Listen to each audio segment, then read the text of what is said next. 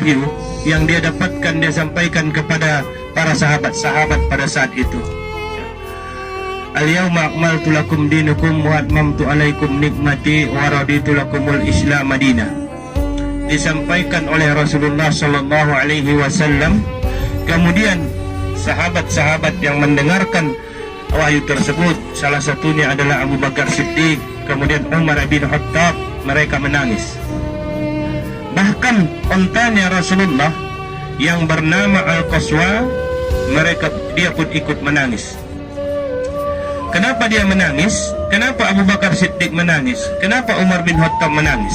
Padahal ada seorang Yahudi, ya, setelah meninggalnya Rasulullah pada saat dulu, ada seorang Yahudi yang menemui Umar bin Khattab yang mengatakan, kalau seandainya ayat itu diturunkan kepada orang Yahudi, maka waktu ayat tersebut diturunkan, hari itu juga setiap hari ayat tersebut diturunkan, mereka akan jadikan hari besar keagamaan mereka.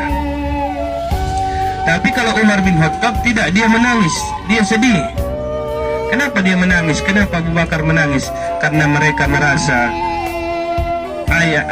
agama telah sempurna, nikmat telah cukup, ya, nikmat telah cukup. Maka yang membawa agama ini akan dipanggil kembali oleh Allah Subhanahu wa Ta'ala, sehingga mereka merasa sudah dekat waktunya berpisah dengan Rasulullah Sallallahu Alaihi Wasallam.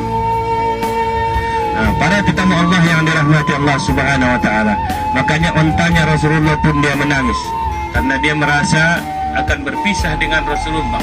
Dia merasa sudah dekat waktunya berpisah dengan Rasulullah. Dia tidak akan bersama-sama lagi dengan Rasulullah Sallallahu Alaihi Wasallam. Makanya dia pun menangis, ikut menangis. Dia sedih karena akan berpisah dengan Rasulullah Sallallahu Alaihi Wasallam.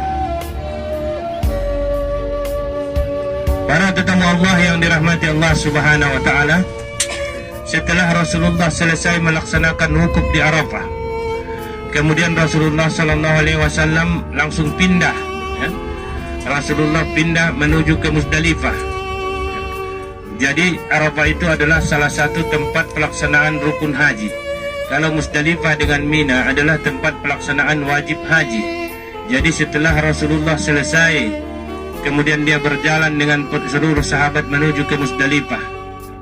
Menuju ke Musdalifah dan berhenti di Musdalifah, kemudian menuju ke Mina dan bermabit di Mina serta melempar jumrah. Mabit di Mina dan melempar jumrah di Mina, yaitu Jumratul Ula, Jumratul Usta dan Jumratul Aqabah. Para tetamu Allah yang dirahmati Allah Subhanahu wa Ta'ala, kalau Mina dengan Musdalifah ini adalah tempat pelaksanaan daripada wajib haji.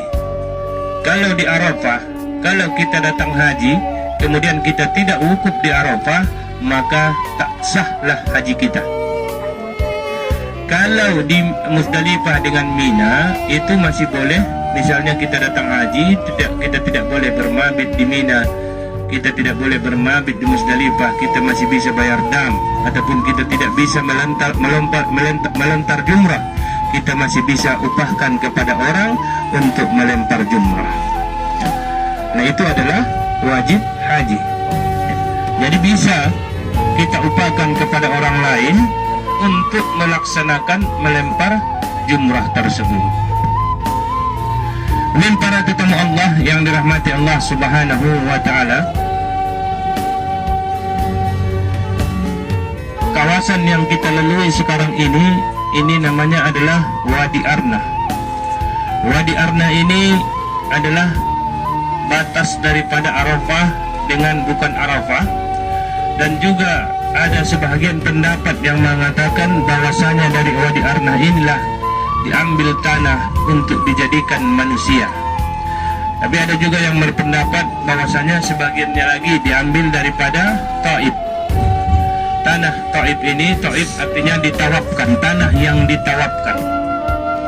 Makanya kawasan Taif ini dia subur. Walaupun dia tidak terlalu jauh daripada Mekah, dia hanya lebih kurang 100 km, tapi kawasan dia itu subur dan sejuk. Dan insya Allah nanti pada hari Kamis kita akan pergi menuju ke Taif, ya. InsyaAllah pada hari Kamis kita akan pergi menuju ke Taif. Siapa yang nak ikut ya. Dan ini program bukan ziarah tambahan ya, free. Jadi yang nak ikut, kita akan pergi ke Taif dan melihat daripada kawasan Taif. Nanti kalau di Taif kita akan melihat beberapa tempat bersejarah.